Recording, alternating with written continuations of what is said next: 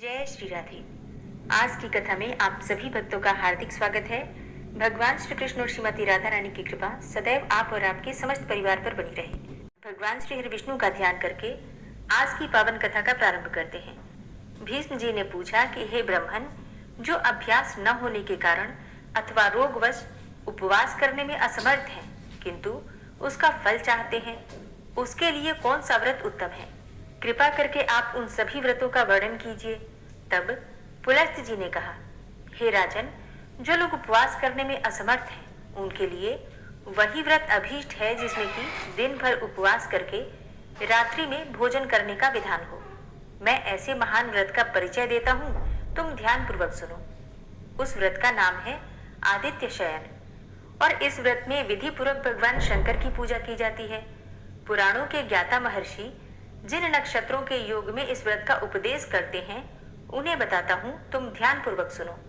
जब सप्तमी तिथि को हस्त नक्षत्र के साथ रविवार हो अथवा सूर्य की संक्रांति हो, वह तिथि संपूर्ण कामनाओं को पूर्ण करने वाली होती है। उस दिन सूर्य के नामों से भगवती पार्वती और महादेव जी की पूजा करनी चाहिए। सूर्यदेव की प्रतिमा तथा शिवलिंग का भी भक्तिपूर्वक पूजन करना उचित है।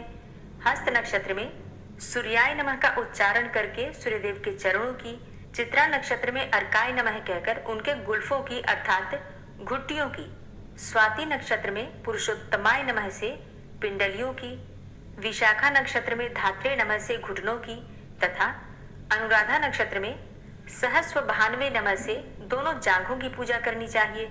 ज्येष्ठा नक्षत्र में अनंगनाय नमः से गुह्य प्रदेश की, मूल नक्षत्र में इंद्राय नमः और भीमाय नमः से कटि भाग की, पूर्वाषाढ़ा और उत्तराषाढ़ा में त्वष्ट्रे नमः और सप्ततुरंगमाय नमः से नाभि की, श्रवण नक्षत्र में तिष्लांशवे नमः से उदर की, धनिष्ठा में विकर्तनाय नमः से दोनों बगलों की और शतभिखा नक्षत्र में ध्वांत विनाशाय नमः से सूर्य के वक्षस्थल की पूजा करनी चाहिए। पूर्वा और उत्तरा भाद्रपद नक्षत्र में चंडकराय नमः से दोनों भुजाओं का, रेवती में सामनामधीशाय नमः से दोनों हाथों का, अश्विनी में सप्ताश्वधुरंधराय नमः से नखों का और भरणी में दिवाकराय नमः से भगवान सूर्य के कंठ का पूजन करें। कृत्तिका में ग्रीवा की, रोहिणी में ओठों की, मृगशिरा में जिह्वा की तथा आर्द्रा में हरिये नमः से सूर्यदेव के दांतों की अर्चना करनी चाहिए। पुनर्वसु में सवित्रे नमः से शंकर जी की नासिका का, पुष्य नक्षत्र में अंभोरुह वल्लभाय नमः से ललाट का, वेद शरीर धारिणी नमः से बालों का, आश्लेषा में विबुध प्रियाय नमः से मस्तक का, मघा में दोनों कानों का, पूर्वा फाल्गुनी नक्षत्र में गो ब्राह्मण नंदनाय नमः से शंभु के संपूर्ण अंगों का तथा उत्तरा फाल्गुनी नक्षत्र में विश्वेश्वराय नमः से उनकी दोनों भौहों का पूजन करें। पाश, अंकुश, कमल, त्रिशूल, कपाल, सर्प, चंद्रमा तथा धनुष धारण करने वाले श्री महादेव जी को नमस्कार है। गयासुर, कामदेव, त्रिपुर और अंधकासुर आदि के विनाश का मूल कारण भगवान श्री शिव को प्रणाम है इत्यादि वाक्यों का उच्चारण करके प्रत्येक अंग की पूजा करने के पश्चात विश्वेश्वराय नमः से भगवान के मस्तक का पूजन करना चाहिए। तदनंतर अन्न भोजन करना उचित है। भोजन में तेल और खारे नमक का संपर्क नहीं रहना चाहिए। मांस और उच्छिष्ट अन्न का तो कदापि सेवन न करें। हे राजन, इस प्रकार रात्रि में शुद्ध भोजन करके पुनर्वसु नक्षत्र में दान करना चाहिए। किसी बर्तन में एक सेर अगहनी का चावल, गूलर की लकड़ी का पात्र तथा घृत रखकर सुवर्ण के साथ उसे ब्राह्मण को दान करें। 7वें दिन के पारण में और दिनों की अपेक्षा एक जोड़ा वस्त्र अधिक दान करना चाहिए। 14वें दिन के पारण में गुड़, खीर और घृत आदि के द्वारा ब्राह्मण को भक्तिपूर्वक भोजन कराएं। तदनंतर कर्णिका सहित सोने का अष्टदल कमल बनवाएं जो 8 अंगुल का हो तथा जिसमें पद्म रागमणि अर्थात नीलम की पत्तियां अंकित की गई हो। फिर सुंदर शैया तैयार करावें जिस पर सुंदर बिछौने बिछाकर तकिया रखा गया हो और ऊपर से चंदोवा तना हो। शैया के ऊपर पंखा रखा गया हो और उसके आसपास खड़ाऊ, जूता, छत्र, चंवर, आसन और दर्पण भी रखे गए हों। फल, वस्त्र, चंदन तथा आभूषणों से वह शैया सुशोभित होनी चाहिए और इसके बाद सोने के कमल को उस शैया पर रख दें। इसके बाद मंत्रोच्चारण पूर्वक दूध देने वाली अत्यंत सीधी कपिला गौ का दान करें। अब वह गौ कैसी होनी चाहिए? तो गौ होनी चाहिए उत्तम गुणों से संपन्न, वस्त्र आभूषणों से सुशोभित और बछड़े सहित होनी चाहिए। उसके खुर चांदी से और सींग सोने से मढ़े होने चाहिए तथा उसके साथ कांसे की दोहनी भी होनी चाहिए। अब दान का समय क्या होना चाहिए, तो पुलस्त जी कहते हैं कि दान दिन के पूर्व भाग में ही होना चाहिए, मतलब दिन के प्रारंभ में ही दान करना उचित है और समय का उल्लंघन कदापि नहीं करना चाहिए। शैया दान करने के पश्चात इस प्रकार से प्रार्थना करें, हे सूर्यदेव, जिस प्रकार आपकी शैया कांति, धृति, श्री और पुष्टि से कभी सुनी नहीं होती, वैसे ही मेरी भी वृद्धि हो। वेदों के विद्वान आपके सिवा और किसी को निष्पाप नहीं जानते, इसलिए आप संपूर्ण दुखों से भरे हुए इस संसार सागर से मेरा उद्धार कीजिए। इसके पश्चात भगवान की प्रदक्षिणा करके उन्हें प्रणाम करने के अनंतर विसर्जन करें। शैया और श्री इत्यादि अर्थात धन इत्यादि ब्राह्मण के घर पहुंचा दें। भगवान शंकर के इस व्रत की चर्चा दुराचारी और दंभी पुरुष के सामने कभी नहीं करनी चाहिए। जो मनुष्य गौ, ब्राह्मण, देवता, अतिथि और धार्मिक पुरुषों की विशेष रूप से निंदा करता है, उसके सामने भी इसको प्रकट न करें। भगवान के भक्त और जितेंद्रिय पुरुष के समक्ष ही यह आनंददायी एवं कल्याण में गूढ़ रहस्य प्रकाशित करने योग्य है। वेद वेत्ता पुरुषों का कहना है कि यह व्रत महापातकी मनुष्यों के भी पापों का नाश कर डालता है। जो पुरुष इस व्रत का अनुष्ठान करता है, उसका बंधु, पुत्र, धन और स्त्री से कभी वियोग नहीं होता तथा वह देवताओं का आनंद बढ़ाने वाला माना जाता है। इसी प्रकार जो नारी भक्ति पूर्वक इस व्रत का पालन करती है, उसे कभी रोग, दुख और मोह का शिकार नहीं होना पड़ता। प्राचीन काल में महर्षि वशिष्ठ, अर्जुन, कुबेर तथा इंद्र ने इस व्रत का आचरण किया था। इस व्रत के कीर्तन मात्र से सारे पाप नष्ट हो जाते हैं, इसमें तनिक भी संदेह नहीं है। जो पुरुष इस आदित्य शयन नाम के व्रत का महात्म्य एवं विधि का पाठ एवं श्रवण करता है, वह इंद्र का भी प्रियतम होता है तथा जो इस व्रत का अनुष्ठान करता है, वह नरक में भी पड़े हुए समस्त पितरों को स्वर्गलोक में पहुंचा देता है। तब भीष्म जी ने कहा, मुने, अब आप चंद्रमा के व्रत का वर्णन कीजिए। पुलस्त जी बोले कि हे राजन, तुमने बड़ी उत्तम बात पूछी है।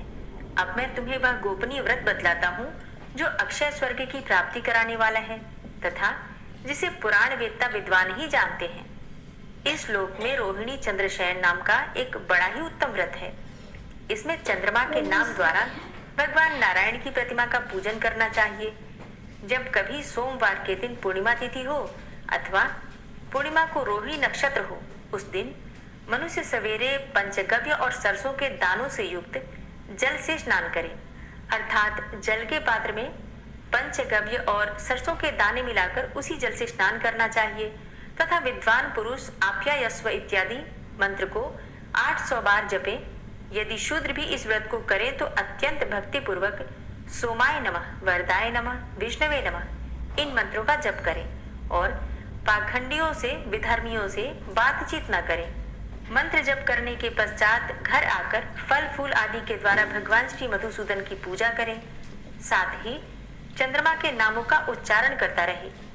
सोमाय शांताय नमः कहकर भगवान के चरणों का, अनंत धामने नमः का उच्चारण करके उनके घुटनों और पिंडलियों का, जलोदराय नमः से दोनों जांघों का, काम सुख प्रदाय नमः से चंद्र स्वरूप भगवान के कटि भाग का, अमृतोदराय नमः से उदर का, शशंकाय नमः से नाभि का, चंद्राय नमः से मुखमंडल का, द्विज नामधिपाय नमः से दांतों का, चंद्रमसे नमः से मुंह का, कौमोदवन प्रियाय नमः से ओठों का, वन औषधि नामधिनाथाय नमः से नासिका का, आनंद बीजाय नमः से दोनों भौहों का, इंदीवर व्यास सकराय नमः से भगवान श्री कृष्ण के कमल सदृश नेत्र का, समस्तासुर वंदिताय दैत्य निषेधनाय नमः से दोनों कानों का, उदति प्रियाय नमः से चंद्रमा के ललाट का, सुषुम्नाधिपतये नमः से केशों का, शशंकाय नमः से मस्तक का और विश्वेश्वराय नमः से भगवान मुरारी के किरीट का पूजन करें। फिर रोहिणी नाम ध्येय लक्ष्मी सौभाग्य सौख्यामृत सागराय पद्मश्रीय नमः अर्थात रोहिणी नाम धारण करने वाली लक्ष्मी के सौभाग्य और सुख रूप अमृत के समुद्र तथा कमल की सी कांति वाले भगवान को नमस्कार है। इस मंत्र का उच्चारण करके भगवान के सामने मस्तक झुकाएं। तत्पश्चात सुगंधित पुष्प, नैवेद्य और धूप आदि के द्वारा इंदु पत्नी रोहिणी देवी का भी पूजन करें। इसके बाद रात्रि के समय भूमि पर शयन करें और सवेरे उठकर स्नान के पश्चात पाप विनाशाय नमः का उच्चारण करके ब्राह्मण को घृत और सुवर्ण सहित जल से भरा कलश दान करें। फिर दिन भर उपवास करने के पश्चात गोमूत्र पीकर मांस वर्जित एवं खारे नमक से रहित अन्न के 31 ग्रास घी के साथ भोजन करें। तदनंतर 2 घड़ी तक इतिहास पुराण आदि का श्रवण करें। हे राजन, चंद्रमा को कदम्ब, नीलकमल, केवड़ा, जाति पुष्प, कमल, शतपत्रिका, बिना कुम्हलाए कुब्ज के फूल, सिंधुवार, चमेली, अन्यान्य श्वेत पुष्प, करवीर तथा चंपा, ये ही फूल चढ़ाने चाहिए। उपर्युक्त फूलों की जातियों में से एक एक को श्रावण आदि महीनों में क्रमशः अर्पण करें। जिस महीने में व्रत शुरू किया जाए उस समय जो भी पुष्प सुलभ हो उन्हीं के द्वारा श्रीहरि का पूजन करना चाहिए। इस प्रकार 1 वर्ष तक इस व्रत का विधिवत अनुष्ठान करके समाप्ति के समय शयनोपयोगी सामग्रियों के साथ शय्या दान करें। रोहिणी और चंद्रमा की सुवर्णमयी मूर्ति बनवाएं। उनमें चंद्रमा 6 उंगल के और रोहिणी 4 उंगल की होनी चाहिए। 8 मोतियों से युक्त श्वेत नेत्रों वाली उन प्रतिमाओं को अक्षत से भरे हुए कांसे के पात्र में रखकर दुग्धपूर्ण कलश के ऊपर स्थापित कर दें। फिर वस्त्र और दोहनी के साथ दूध देने वाली गौ, शंख तथा पात्र प्रस्तुत करें। उत्तम गुणों से युक्त ब्राह्मण दंपत्ति को बुलाकर उन्हें आभूषणों से अलंकृत करें तथा मन में यह भावना रखें कि ब्राह्मण दंपत्ति के रूप में ये रोहिणी सहित चंद्रमा ही विराजमान है। तत्पश्चात इनकी इस प्रकार से प्रार्थना करें, हे चंद्रदेव, आप ही सबको परम आनंद और मुक्ति प्रदान करने वाले हैं। आपकी कृपा से मुझे भोग और मोक्ष दोनों प्राप्त हों। इस प्रकार विनय करके शैया, प्रतिमा तथा धेनु आदि सब कुछ ब्राह्मणों को दान कर दें। हे राजन, जो इस संसार से भयभीत होकर मोक्ष पाने की इच्छा रखता है उसके लिए यही एक व्रत सर्वोत्तम है। यह रूप और आरोग्य प्रदान करने वाला है। यही पितरों को सर्वदा प्रिय है। जो इसका अनुष्ठान करता है वह त्रिभुवन का अधिपति होकर 2100 कल्पों तक चंद्रलोक में निवास करता है। इसके बाद विद्युत होकर मुक्त हो जाता है। चंद्रमा नाम कीर्तन द्वारा भगवान श्री मधुसूदन की पूजा का यह प्रसंग जो पढ़ता अथवा सुनता है उसे भी भगवान उत्तम बुद्धि प्रदान करते हैं तथा वह भगवान श्री विष्णु के धाम में जाकर देव समूहों के द्वारा पूजित होता है। भीष्म जी ने कहा कि हे ब्राह्मण, अब आप मुझे तालाब, बगीचा, कुआं, बावली, पुष्करणी तथा देव मंदिर की प्रतिष्ठा आदि का विधान भी बतलाइए। तब पुलस्त्य जी बोले, महाबाहो सुनो, तालाब आदि की प्रतिष्ठा का जो विधान है उसका इतिहास पुराणों में इस प्रकार से वर्णन है। उत्तरायण आने पर शुभ अर्थात शुक्ल पक्ष में ब्राह्मण द्वारा कोई पवित्र दिन निश्चित करा लें। फिर उसी दिन उस ब्राह्मण को वरण करें और तालाब के समीप जहाँ कोई अपवित्र वस्तु ना हो 4 हाथ लंबी और उतनी ही चौड़ी चौकोर वेदी बनवाएं। वेदी सब ओर से समतल हो और चारों दिशाओं में उसका मुख हो। फिर 16 हाथ का मंडप तैयार कराएं जिसके चारों ओर एक एक दरवाजा हो और फिर वेदी के सब ओर कुंडों का भी निर्माण करवाएं और कुंडों की संख्या 9, 7 या फिर 5 होनी चाहिए। कुंडों की लंबाई और चौड़ाई एक एक रानी की हो तथा वे सभी 3-3 मेखलाओं से सुशोभित हों। उनमें यथास्थान योनि और मुख भी बने होने चाहिए। योनि की लंबाई 1 बित्ता और चौड़ाई 6-7 अंगुल की हो। मेखलाएं 3 पर्व ऊंची और 1 हाथ लंबी होनी चाहिए। वे चारों ओर से एक समान एक रंग की बनी होनी चाहिए और उन सबके समीप ध्वजा और पताकाएं लगाई जाएं। मंडप के चारों ओर क्रमशः पीपल, गूलर, पाकड़ और बरगद की शाखाओं के दरवाजे बनाए जाएं। वहां 8 होता, 8 द्वारपाल तथा 8 जप करने वाले ब्राह्मण का वरण किया जाए। वे सभी ब्राह्मण वेदों के पारगामी विद्वान होने चाहिए। सब प्रकार के शुभ लक्षणों से संपन्न, मंत्रों के ज्ञाता, जितेंद्रिय, कुलीन, शीलवान एवं श्रेष्ठ ब्राह्मणों को ही इस कार्य में नियुक्त करना चाहिए। प्रत्येक कुंड के पास कलश, यज्ञ सामग्री, निर्मल आसन और दिव्य एवं विस्तृत ताम्र पात्र प्रस्तुत रहें। तदनंतर प्रत्येक देवता के लिए नाना प्रकार की बलि अर्थात दही, अक्षत आदि उत्तम भक्ष्य पदार्थ उपस्थित करें। विद्वान आचार्य मंत्र पढ़कर उन सामग्रियों के द्वारा पृथ्वी पर सब देवताओं के लिए बलि समर्पण करें और बलि के बराबर एक ग्रुप अर्थात यज्ञ स्तंभ स्थापित किया जाए जो किसी दूध वाले वृक्ष की शाखा का बना हुआ हो। ऐश्वर्य चाहने वाले पुरुष को यजमान के शरीर के बराबर ऊंचा यज्ञ स्तंभ स्थापित करना चाहिए। उसके बाद 25 ऋत्विजों का वरण करके उन्हें सोने के आभूषणों से विभूषित करें। सोने के बने कुंडल, बाजूबंद, कड़े, अंगूठी, पवित्री तथा नाना प्रकार के वस्त्र, ये सभी आभूषण प्रत्येक ऋत्विज को बराबर बराबर दें और आचार्य को दूना अर्पण करें। इसके सिवा उन्हें शैया तथा अपने को प्रिय लगने वाली अन्यान्य वस्तुएं भी प्रदान करें। सोने का बना हुआ कछुआ और मगर, चांदी के मत्स्य और दुंदुभ, तांबे के केकड़ा और मेंढक तथा लोहे के 2 सूस बनवाकर सबको सोने के पात्र में रखें। इसके बाद यजमान वेद विद्वानों की बताई हुई विधि के अनुसार सर्वौषधि मिश्रित जल से स्नान करके श्वेत वस्त्र और श्वेत माला धारण करें। फिर श्वेत अर्थात चंदन लगाकर पत्नी और पुत्र पौत्र के साथ पश्चिम द्वार से वह मंडप में प्रवेश करें। उस समय मांगलिक शब्द होने चाहिए और भेरी आदि बजनी चाहिए। तदनंतर विद्वान पुरुष 5 रंग के चूर्णों से मंडल बनाएं और उसमें 16 अरों से युक्त चक्र चिन्हित करें। उसके गर्भ में कमल का आकार बनाएं। चक्र देखने में सुंदर और चौकोर हो, चारों ओर से गोल होने के साथ ही मध्य भाग में अधिक शोभायमान जान पड़ता हो। उस चक्र को वेदी के ऊपर स्थापित करके उसके चारों ओर प्रत्येक दिशा में मंत्र और पाठ पूर्वक ग्रहों और लोकपालों की स्थापना करें। फिर मध्य भाग में वरुण संबंधी मंत्रों का उच्चारण करते हुए एक कलश स्थापित करें। उसी के ऊपर ब्रह्मा, विष्णु, शिव, गणेश, लक्ष्मी जी तथा पार्वती जी की भी स्थापना करें। इसके पश्चात संपूर्ण लोगों की शांति के लिए भूत समुदाय को स्थापित करें।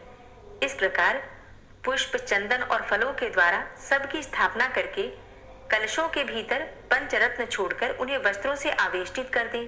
फिर पुष्प और चंदन के द्वारा उन्हें अलंकृत करके द्वार रक्षा के लिए नियुक्त ब्राह्मणों से वेद पाठ करने के लिए कहें और स्वयं आचार्य का पूजन करें। पूर्व द्वार की ओर 2 ऋग्वेदी, दक्षिण द्वार पर 2 यजुर्वेदी, पश्चिम द्वार पर 2 सामवेदी तथा उत्तर द्वार पर 2 अथर्ववेदी विद्वानों को रखना चाहिए। यजमान मंडल के दक्षिण भाग में उत्तराभिमुख होकर बैठे और द्वार रक्षक विद्वानों से कहे, आप लोग वेद पाठ करें। फिर यज्ञ कराने वाले आचार्य से कहें कि आप यज्ञ प्रारंभ करवाएं। तत्पश्चात जप करने वाले ब्राह्मणों से कहें कि आप लोग उत्तम मंत्रों का जप करते रहें। इस प्रकार सबको प्रेरित करके मंत्रज्ञ पुरुष अग्नि को प्रज्वलित करें तथा मंत्र पाठ पूर्वक घी और समिधाओं की आहुति दें। ऋत्विजों को भी वरुण संबंधी मंत्रों के द्वारा सब ओर से हवन करना चाहिए। ग्रहों के निमित्त विधिवत आहुति देकर उस यज्ञ कर्म में इंद्र, शिव, मरुदगण और लोकपालों के निमित्त भी विधि पूर्वक होम करें। पूर्व द्वार पर नियुक्त ऋग्वेदी ब्राह्मण शांति, रुद्र, पवमान, सुमंगल तथा पुरुष संबंधी सूक्तों का पृथक पृथक जप करें। दक्षिण द्वार पर स्थित यजुर्वेदी विद्वान इंद्र, रुद्र, सोम, कुष्मांड, अग्नि तथा सूर्य संबंधी मंत्रों का जप करें। पश्चिम द्वार पर रहने वाले सामवेदी ब्राह्मण वैराज साम, पुरुष सूक्त, सुपर्ण सूक्त, रुद्र संहिता, शिशु, पंचनिधनत, गायत्र साम, ज्येष्ठ साम, वामदेव्य साम, बृहत साम, रौरव साम, रथंतर साम, गोव्रत, विकीर्ण, रक्षोग्न और यम संबंधी सामों का गान करें। उत्तर द्वार के अथर्ववेदी विद्वान मन ही मन भगवान वरुण देव की शरण ले शांति और पुष्टि संबंधी मंत्रों का जप करें। इस प्रकार पहले दिन मंत्रों द्वारा देवताओं की स्थापना करके हाथी और घोड़े के पैरों के नीचे की, जिस पर रथ चलता हो ऐसी सड़क, बाम्बी की, 2 नदियों के संगम की, गौशाला की तथा साक्षात गऊओं के पैर के नीचे की मिट्टी लेकर कलों में छोड़ दें। उसके बाद सर्व औषधि, गोरोचन, सरसों के दाने, चंदन और गूगल भी छोड़ें। फिर पंचगव्य अर्थात दधी, दूध, घी, गोबर और गोमूत्र, इन सभी को मिलाकर इन कलशों के जल से यजमान का विधि पूर्वक अभिषेक करें। अभिषेक के समय विद्वान पुरुष वेद मंत्रों का पाठ करते रहें। इस प्रकार शास्त्र विहित कर्म के द्वारा रात्रि व्यतीत करके निर्मल प्रभात का उदय होने पर हवन के अंत में ब्राह्मणों को 100, 50, 36 अथवा 25 गौ का दान करें। तदनंतर शुद्ध एवं सुंदर लग्न आने पर वेद पाठ, संगीत तथा नाना प्रकार के बाज की मनोहर ध्वनि के साथ एक गौ को सुवर्ण अलंकृत करके तालाब के जल में उतारें और उसे सामगान करने वाले ब्राह्मण को दान कर दें। तत्पश्चात पंचरत्नों से युक्त सोने का पात्र लेकर उसमें पूर्वोक्त मगर और मछली आदि को रखें और फिर उसे किसी बड़ी नदी से मंगाए हुए जल से भर दें। फिर उस पात्र को दही अक्षत से विभूषित करके वेद और वेदांगों के विद्वान 4 ब्राह्मण हाथों से पकड़े और यजमान की प्रेरणा से उसे उत्तराभिमुख पलटकर तालाब में जल डाल दें। इस प्रकार आपो मयो इत्यादि मंत्र के द्वारा उसे जल में डालकर पुनः सब लोग यज्ञ मंडप में आ जाएं और यजमान सदस्यों की पूजा करके सब और देवताओं के उद्देश्य से बलि अर्पण करें। इसके बाद लगातार 4 दिनों तक हवन होना चाहिए। चौथे दिन चतुर्थी कर्म करना उचित है। उसमें भी यथाशक्ति दक्षिणा देनी चाहिए।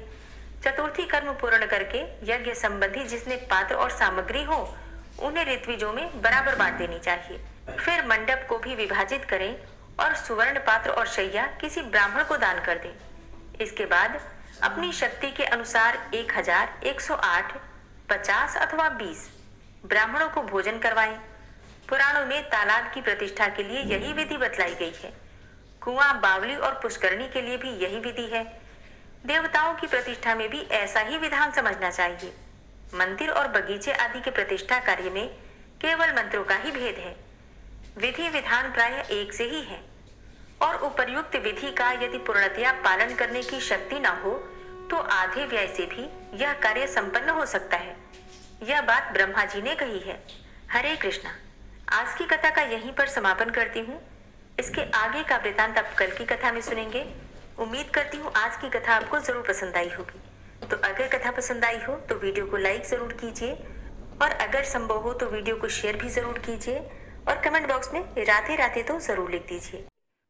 ओम विश्वं विष्णुर्वषट्कारो भूतभव्य भवत्प्रभु भूतकृत भूतभृत भावो भूतात्मा भूतवाहन भूतात्मा परमात्मा च मुक्तानां परमागति अव्ययः पुरुषः साक्षी क्षेत्रज्ञो अक्षर एव च योगो योग विदां नेता प्रधान पुरुषेश्वरः नारसिंह वपुः श्रीमान् केशवः पुरुषोत्तमः सर्वः शर्वः शिवस्थाणुर्भूतादिर्निधिर्व्ययः संभवो भावनो भर्ता प्रभवः प्रभुरीश्वरः स्वयंभू शंभुरादित्यः पुष्कराक्षो महास्वनः अनादिनिधनो धाता विधाता धातुरुत्तमः अप्रमेयो ऋषिकेशः पद्मनाभो अमरप्रभु विश्वकर्मा मनुस्त्वष्टा स्थविष्ठः स्थविरो ध्रुवः अग्राह्यः शाश्वतः कृष्णो लोहिताक्षः प्रतर्दनः प्रभूतस्त्रिककुब्धाम पवित्रं मङ्गलं परम् ईशानः प्राणदः प्राणो ज्येष्ठः श्रेष्ठः प्रजापति हिरण्यगर्भो भूगर्भो माधवो मधुसूदनः ईश्वरो विक्रमी धन्वी मेधावी विक्रमः क्रमः अनुत्तमो दुराधर्षः कृतज्ञः कृतिरात्मवान् सुरेशः शरणं शर्म विश्वरेताः प्रजाभवः अह संवत्सरो व्यालः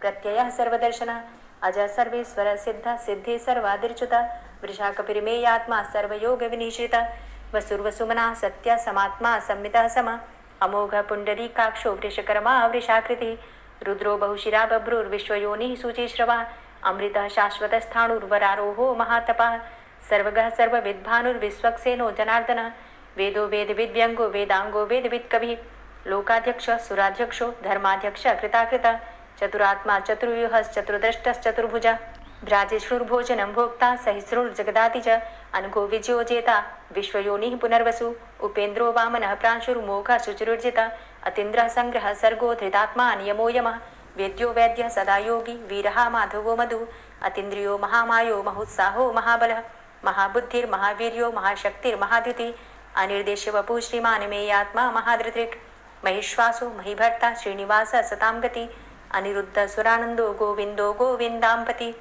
मरीचिर्दमनो हंस सुपर्णो भुजगोत्तम हिरण्यनाभ सुतपा पद्मनाभ प्रजापति अमृत्यु सर्वदिक्सिंह संधाता संधिमान स्थिर अजो दूर्मर्षण शास्ता विश्रुतात्मा सुरारिः गुरुर्गुर्तमो धाम सत्य सत्यपराक्रम निमिषो अनिमिषो श्रग्वी वाचस्पतिरुदारधि अग्रणिर्ग्रामणी श्रीमान् न्यायो नेता समीरण सहस्रमूर्धा विश्वात्मा सहस्राक्षा सहस्रपात् आवर्तनो निवृत्तात्मा संवृतः संप्रमर्दन अह संवर्तको वह निर्निलो धरणीधरः सुप्रसादः प्रसन्नात्मा विश्वदृक् विशुभुग् विभु सत्कर्ता सत्कृतः साधु जहनुर्नारायणो नरः असंख्येयो अप्रमेयात्मा विशिष्टशिष्टकृच्छुवि सिद्धार्थ सिद्धसंकल्प सिद्धिदः सिद्धिसाधनः वृषाहि वृषभो विष्णुर्विष्पर्वा वृषोदरः वर्धनो वर्धमानश्च विविक्तः श्रुतिसागरः सुभुजो दूर्धरो वाग्मी महेन्द्रो वसुदो वसु नैकरूपो बृहद्रूप शिपिविष्टः प्रकाशनः ओजस्तेजो द्युतिधर प्रकाशात्मा प्रतापनः रिद्धस्पष्टाक्षरो मन्त्रश्चन्द्रांशुर्भास्करद्युतिः अमृतांशुद्भवो भानु शशबिन्दुः सुरेश्वरः औषधं जगतः सेतु सत्यधर्म पराक्रमः भूतभव्य भवन्नाथ पवनः पावनो नलः कामः कामकृत्कान्तः कामः कामप्रदः प्रभु युगादिकृत युगावर्तो नैकमायो महाशनः अदृश्यो अव्यक्तरूपश्च सहस्रजितनन्तजित् इष्टो अविशिष्ट शिष्टेष्ट शिखण्डी नहुसो वृष क्रोधः क्रोधकृत्कर्ता विश्वबाहुर्महीधरः अच्युतः प्रतितः प्राणः प्राणदो वासवानुजः अपां निधिर्धिष्ठानं प्रमत्तः प्रतिष्ठितः स्कन्दः स्कन्दधरो धूर्यो वरदो वायुवाहनः वासुदेवो बृहद्भानुरादिदेवः पुरन्दरः अशोकस्तारणस्तारः शूरः सौरिर्जनेश्वरः अनुकूलः शतावर्त पद्मी पद्मनिभेक्षणः पद्मनाभो अरविन्दाक्ष पद्मगर्भ शरीरभृत् महद्धिरिद्धो वृद्धात्मा महाक्षो गरुडध्वजः अतुलः शर्भो भीमो समयज्ञो हविर्हरि सर्वलक्षणलक्षण्यो लक्ष्मीवान् समितिञ्जय वीक्षरो रोहितो मार्गो हेतुर्दामोदरः सः महीधरो महाभागो वेगवान् मिताशनः उद्भवः शोभणो देव श्रीगर्भ परमेश्वर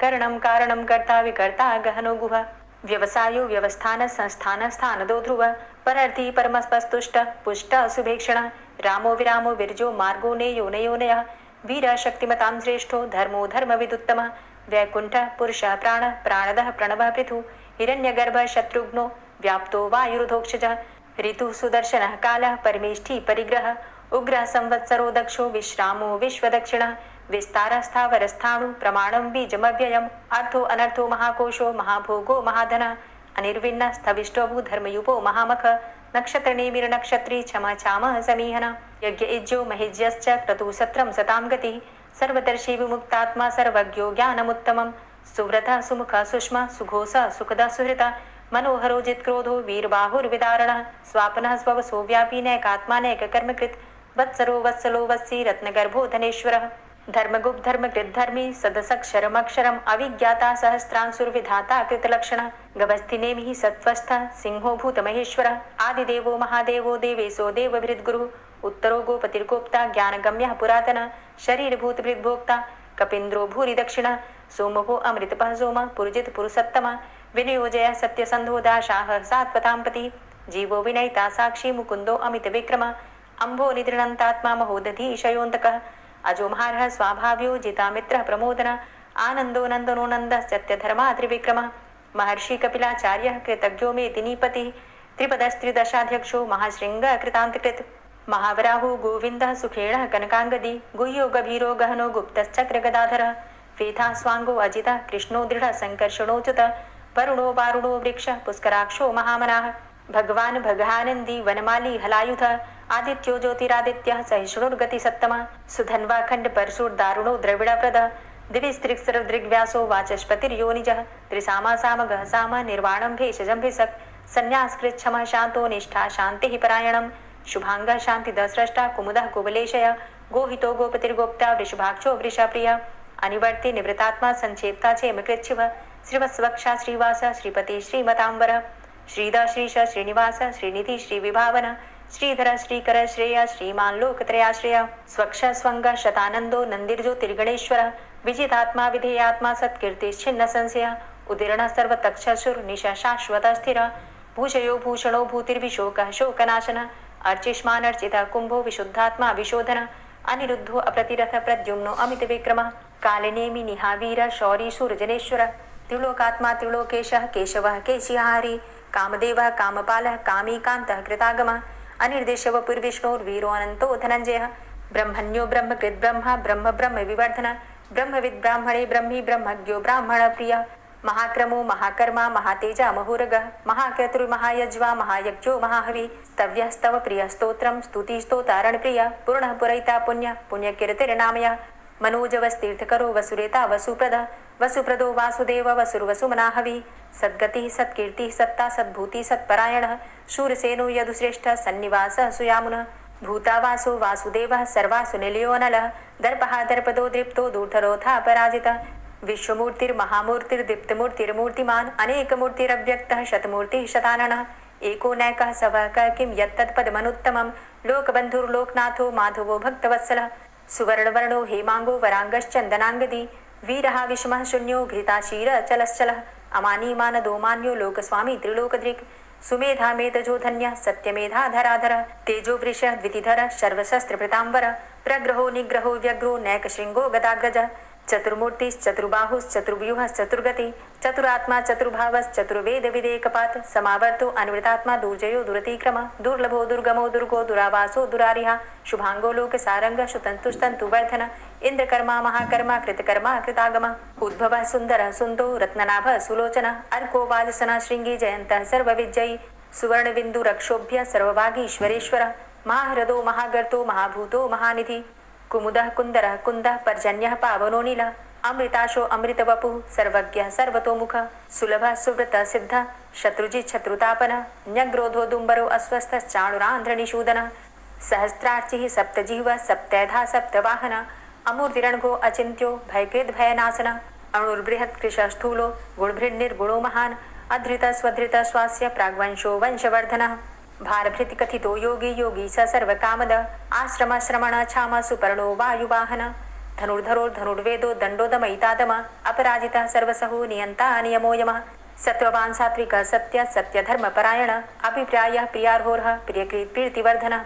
विहाय सगतिर्ज्योति सुरुचिर्हुद्भुग्विभु रविर्विलोचनः सूर्य सविता रविलोचनः अनंतो हुद्भुग्भोक्ता सुखदो नैकजोग्रज अनिर्विण्ण सदामर्षि लोकाधिष्ठानमद्भुतः सनात सनातन्तमः कपिलः कपिरप्यय स्वस्तिदा स्वस्तिकृत् स्वस्ति स्वस्तिभुक् स्वस्ति दक्षिण रौद्रः कुण्डली चक्रे विक्रमयुर्जित शासन शब्दातिगः शब्दशः शिशिरः शर्वरीकर अक्रूरः पेशलो दक्षो दक्षिणः चमिणाम्बर विद्वतमो वितभय पुण्यश्रवण कीर्तन उत्तारणो दुष्कृतिः पुण्यो दुःस्वप्ननाशन वीरः रक्षण संतो जीवनः पर्यवस्थितः अनन्तरूपो अनन्तसृर्जितमन्युर्भयापः चतुरश्रो गभीरात्मा विदिशो व्यादिशो दिश अनादिर्भूर्भुवो लक्ष्मी सुवीरो रुचिरांगद जननो जन्मादिर्भीमो भीम पराक्रम आधारनीलयोधाता पुष्पहासः प्रजागर ऊर्ध्वगः सत्पथाचारः प्राणदः प्रणवपण प्रमाणं प्राणनीलयः प्राणभृत् प्राणजीवन तत्त्वं तत्त्वविदेकात्मा जन्म मृत्यु जरातिगः पूर्व स्वस्तरुस्तार सविता प्रपितामह यज्ञो यज्ञपतिर्यज्वा यज्ञांगो यज्ञवाहन यज्ञभृद् यज्ञकृद्यज्ञ यज्ञभुग् यज्ञसाधन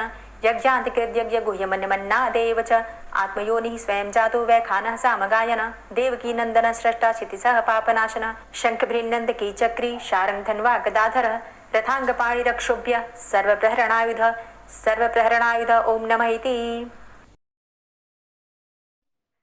श्री राधा कृपा कटाक्ष स्तोत्र। मुनीन्द्र वृंद वंदिते त्रिलोक शोक हारिणी प्रसन्न वक्त्र पंकजे निकुंज भूविलासिनी व्रजेन्द्र भानुनंदिनी व्रजेन्द्र सूनु संगते कदा करिष्यसि मां कृपा कटाक्ष भाजनम् अशोक वृक्ष वल्लरी वितान मंडप स्थिते प्रवाल बाल पल्लव प्रभारुणान्ध्रि कोमले वराभय स्फुरत्करे प्रभूत संपदालये कदा करिष्यसि मां कृपा कटाक्ष भाजनम् अनंगरंग मंगलं प्रसंग भंगुरं भ्रुवां सविभ्रमं ससंभ्रमं दृगन्त बाणपातने निरन्तरं वशीकृत प्रतीत नन्दनन्दने कदा करिष्यसि मां कृपा कटाक्ष भाजनम् तडित्सुवर्ण चम्पक प्रदीप्त गौर विग्रहे मुख प्रभा परास्त कोटि सारदेन्दुमण्डले विचित्र चित्र संचर चकोर शावलोचने कदा करिष्यसि मां कृपा कटाक्ष भाजनम् मदोन्मदादि यौवने प्रमोदमान मंडिते प्रियानुराग रंजिते कला विलास पंडिते अनन्य धन्य कुंज राज्य काम केलि कोविदे कदा करिष्यसि मां कृपा कटाक्ष भाजनम् अशेष हाव भाव धीर हीर हार भूषिते प्रभूत शात कुंभ कुंभ कुंभि कुंभ सुस्तनि प्रशस्त मंदहास्य चूर्ण पूर्ण सौख्य सागरे कदा करिष्यसि मां कृपा कटाक्ष भाजनम् मृणाल वाल वल्लरी तरंग रंग दौर्लते लताग्रलास्य लोल नील लोचनावलोकने ललल्लुलन्मिलन्मनोज्ञ मुग्ध मोहिनाश्रिते कदा करिष्यसि मां कृपा कटाक्ष भाजनम् सुवर्णमल्लिकाञ्चित त्रिरेख कम्बुकण्ठगे त्रिसूत्रमङ्गली गुण त्रिरत्नदीप्ति दीधिते सलोल नीलकुन्तल प्रसून गुच्छ गुम्फिते कदा करिष्यसि मां कृपा कटाक्ष भाजनम् नितम्ब बिम्बलम्बमान पुष्पमेखला गुणे प्रशस्त रत्न किङ्किणी कलाप मध्य मञ्जुले करीन्द्र शुण्ड दण्डिकावरोह शोभ गोरुके कदा करिष्यसि मां कृपा कटाक्ष भाजनम् अनेक मंत्रनाद मंजुनूपुरारवस्खलत् समाज राजहंस वंश निक्वणाति गौरवे विलोल हेम वल्लरी विडम्बि चारु चंक्रमे कदा करिष्यसि मां कृपा कटाक्ष भाजनम् अनंत कोटि विष्णुलोक नम्र पद्मजार्चिते हिमाद्रिजा पुलोमजा विरिञ्चिजा वरप्रदे अपार सिद्धि रिद्धि दिग्ध सत्पदांगुली नखे कदा करिष्यसि मां कृपा कटाक्ष भाजनम् मखेश्वरी क्रियेश्वरी स्वधेश्वरी सुरेश्वरी त्रिवेद भारतीश्वरी प्रमाण शासनेश्वरी रमेश्वरी क्षमेश्वरी प्रमोद काननेश्वरी ब्रजेश्वरी व्रजाधिपे श्रीराधिके नमोस्तुते इतीममद्भुतं स्तवं निशम्य भानुनन्दिनी करोतु सन्ततं जनं कृपा कटाक्ष भाजनम् भवेत्तदैव सञ्चित त्रिरूपकर्मनाशनं लभेत्तदा ब्रजेन्द्र सूनुमण्डल प्रवेशनम् जय जय श्री राधे, जय जय श्री राधे। दोस्तों, उम्मीद करती हूँ आज की कथा आपको ज़रूर पसंद आई होगी। तो अगर कथा पसंद आई हो तो वीडियो को लाइक ज़रूर किया कीजिए और अगर संभव हो तो वीडियो को ज़्यादा से ज़्यादा शेयर कीजिए और हाँ, कमेंट बॉक्स में राधे राधे ज़रूर लिखा कीजिए। और जो भक्त इस चैनल पर पहली बार आए हैं, अभी तक आपने चैनल को सब्सक्राइब नहीं किया है, तो आज की वीडियो अगर आपको अच्छी लगे तो चैनल को सब्सक्राइब करके बेल आइकन को ज़रूर प्रेस कर लीजिए। इससे ये होगा कि इस चैनल पर जो भी नई वीडियो अपलोड होंगी उनकी नोटिफिकेशन आपको सही समय पर प्राप्त होगी। मिलती हूँ मैं आपसे अगली वीडियो में, तब तक के लिए जय श्री राधे।